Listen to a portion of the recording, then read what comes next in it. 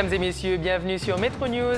Les titres de l'actualité, c'est tout de suite. Naufrage dimanche d'une petite embarcation au large des côtes du nord-ouest. Plus d'une dizaine de personnes sont portées disparues, alors que 5 autres ont été secourues par les gardes-côtes.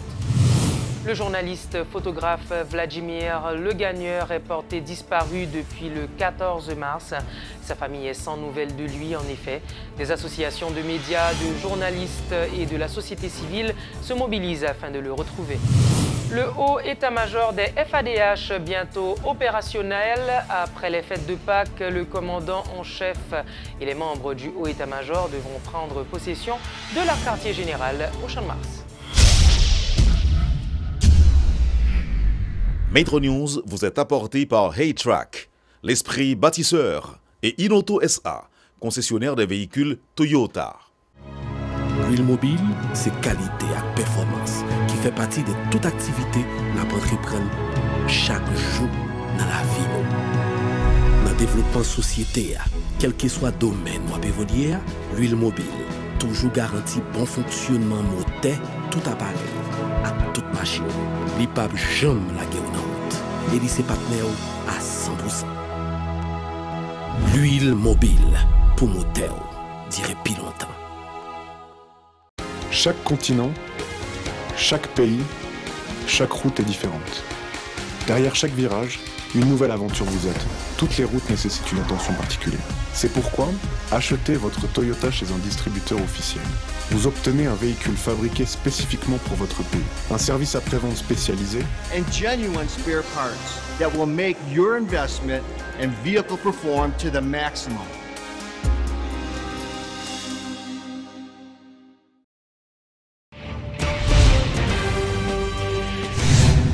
Un voilier de fortune assurant le trajet Saint-Louis du Nord, île de la Tortue, a fait naufrage dimanche. Sur les 17 personnes à bord, 12 sont portées disparues alors que 5 survivants ont été repérés par les autorités maritimes. Selon le commandant des gardes-côtes d'Haïti, Wagnac Jean-Marie, les équipes de recherche continuent à sonder les flots pour tenter de retrouver d'éventuels survivants. Après les fêtes de Pâques, le commandant en chef et les membres du haut état-major des FADH devront prendre possession de leur quartier général au Champ de Mars. Des techniciens sont en effet à pied d'œuvre dans l'édifice qui abritait le ministère de la Culture pendant la période d'hibernation des FADH. L'édifice qui a été fortement endommagé pendant le violent séisme du 12 janvier 2010 sera utilisé par le ministère de la Défense et le haut état-major des FADH. Un officiel a assuré que les membres du haut état-major devront poursuivre le processus de recrutement lancé récemment par le ministère de la Défense. Toutefois, des organisations de défense des droits humains, dont le Réseau national de défense des droits humains, RNDDH, et le Bureau des avocats internationaux, BAI, ont contesté le haut état-major, arguant d'une nomination illégale au sein de la hiérarchie de l'armée. Dans le viseur des organismes de défense des droits humains, le colonel Jean-Robert Gabriel, le coordonnateur du RNDDH, Pierre Espérance, et le coordonnateur du BAI assurent que le colonel a été condamné par contumace dans le procès du massacre de Raboto. En réaction, les avocats du colonel Gabriel ont fait valoir que le verdict a été cassé par un arrêt de la Cour de cassation. Dans le cadre des préparatifs pour la reprise réelle des activités de l'armée d'Haïti, le Premier ministre Jacques-Guy Lafontaine s'est entretenu la semaine écoulée avec le lieutenant général en chef de l'armée, Jodel Lesage, ainsi que les membres du haut état-major des FADH. Les membres du haut état-major des forces armées d'Haïti, le général de brigade Sadraque Saint-Île, FADH, chef d'état-major général, le colonel Jonas Jean, FADH, inspecteur général, le colonel Jean-Robert Gabriel, FADH, assistant chef d'état-major G1, G3, le colonel Derby Guerrier, FADH, assistant chef d'état-major G2, G4, le colonel Joseph-Jacques Thomas, FADH, secrétaire de l'état-major général, et le colonel Fontane Beaubien, FADH, membre de l'état-major personnel du commandant en chef. Depuis le 14 mars, le journaliste photographe Vladimir Le Gagneur est porté disparu. Sa famille est sans nouvelles de lui. Il s'était rendu à Grand Ravine, quartier de Martissan, réputé dangereux, où il devait réaliser un reportage. Le président de l'Association nationale des médias haïtiens, ANMH, appelle la police et la justice à agir pour retrouver le disparu. Franz Duval craint un retour au temps où les journalistes pouvaient disparaître sans que la société ne s'en préoccupe. Âgé de 30 ans, Vladimir Le Gagneur a collaboré au journal Le Matin, l'agence en ligne Loop Haïti, Haïti News 2000, pour travailler par la suite comme journaliste indépendant. À mesure que les jours passent, de nouvelles rumeurs circulent autour de sa disparition. Sur les réseaux sociaux, les élans de solidarité se multiplient. Des messages de SOS sont lancés. Des membres de la coopération journalistique attendent désespérément le retour de leurs confrères. Des rumeurs qui ont couru sur tous les réseaux sociaux. Taguer mon mourir, chaque nabayon est différent, mais pas gain une information vraiment qui dit que c'est à mon n'a cherché ou bien mon n'a cherché à vivant, pas gain une certitude vraiment d'information, dans rumeur qui a couru.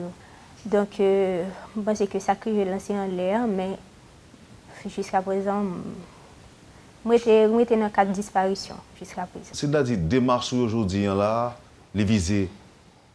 Qui ça? Pour connaître ce qui passe, c'est ça seulement? C'est jeune mari ou bien connaître qui s'est passé avec mari.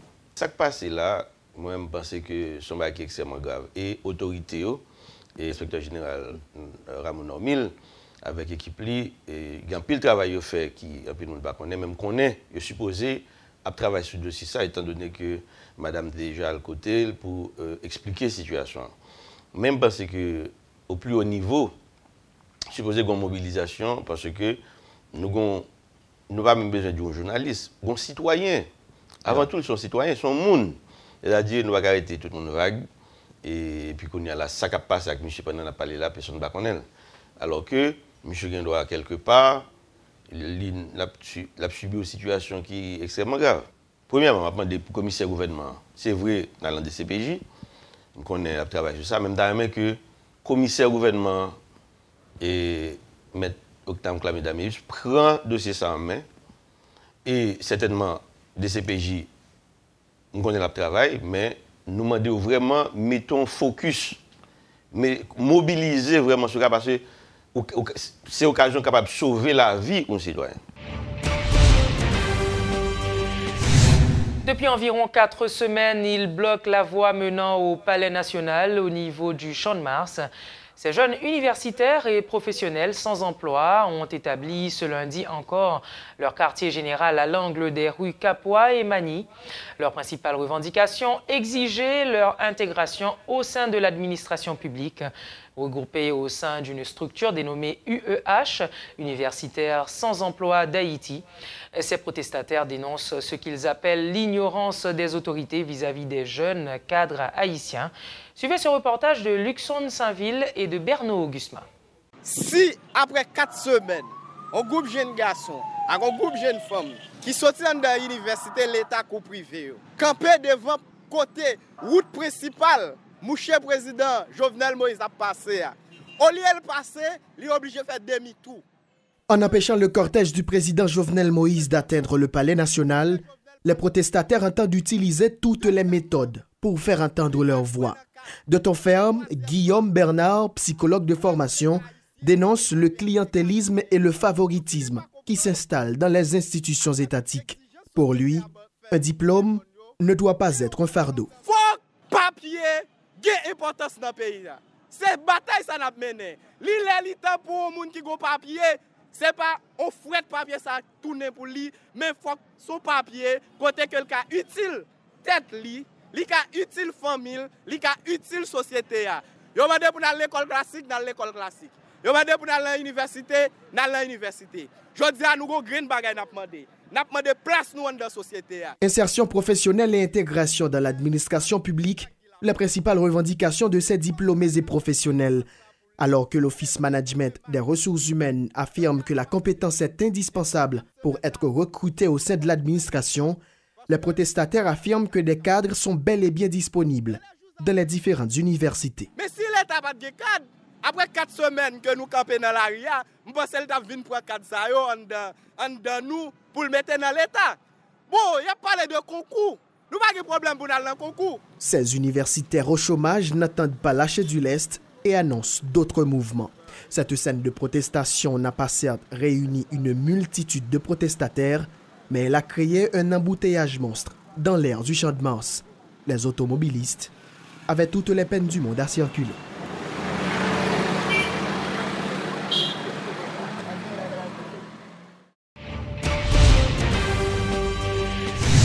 À l'appel de Moïse Jean-Charles, les partisans et sympathisants de Petite Dessalines ont marché sans destination dans la capitale samedi dernier.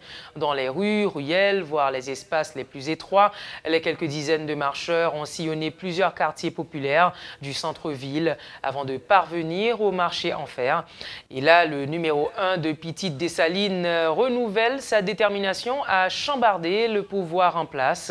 Très menaçant, Moïse Jean-Charles se propose de provoquer le chaos dans le pays au cas où le président Jovenel Moïse refuserait de céder aux revendications de ses partisans et de quitter prématurément le pouvoir. Suivez ce reportage d'Elos Milfort. Parti de la place Dessalines au Champ de Mars, une nouvelle fois, les partisans de Moïse Jean-Charles ont marché à travers les rues de la capitale. Munis de pancartes et chantant à tue-tête au rythme d'une bande à pied, ces manifestants qui se réclament de l'opposition farouche au régime en place se sont voulus tranchants. Jovenel Moïse doit partir, persiste et signe ces derniers, dont ce militant au visage très connu du béton. Nous sommes là matin, dans le cadre d'une unité de classe qui fait pour nous arriver à chavirer le système, peser sous ça qui avait payé en otage depuis 1946. Au pied du monument de l'empereur où ils ont débuté leur marche, les adeptes de Petite Dessalines ont multiplié des va-et-vient. Confus dans le cadre de leur travail, des journalistes se sont interrogés sur l'itinéraire de la marche. La voix du leader de Petite Dessalines a donc servi à justifier clairement ce qui déjà s'apparentait à une véritable tournée en rond. D'un quartier populaire à l'autre, les manifestants s'étaient donc permis de procéder comme bon leur semble, ce au vu et au su des agents des forces de l'ordre. Des militants qui ne jurent que par le départ de l'équipe au pouvoir, un leader qui s'obstine à transformer cette volonté en fait réel, au point qu'il s'est donné la permission de conduire une marche sans une vraie destination. Pour cette énième manifestation de la frange de l'opposition menée par Moïse Jean-Charles, l'ancien sénateur s'était voulu plus que jamais déterminé. Nous avons clé avec Jovenel Moïse. Après manifio, tout le monde est quartier, on va monter, on va descendre. Manifestation de rue ou pèlerinage, la marche réalisée samedi par les militants de Petite Dessalines aura été à l'origine de ce questionnement. En tout cas, quoique déroulé sur fond de confusion entre les initiateurs quant au parcours à adopter, ce mouvement a pu se terminer au marché en fer. Une fin improvisée qui a toutefois donné l'occasion à l'ex-candidat à la présidence de courtiser les commerçants victimes de l'incendie du 12 février dernier. En effet, Moïse Jean-Charles s'est exprimé devant un nombre de sinistrés, parmi lesquels des supporters de l'équipe en place, qui ont clairement revendiqué leur appartenance politique. Voilà, mesdames et messieurs, c'est tout pour aujourd'hui. Merci d'avoir été avec nous et à très bientôt pour une autre édition de Métro News.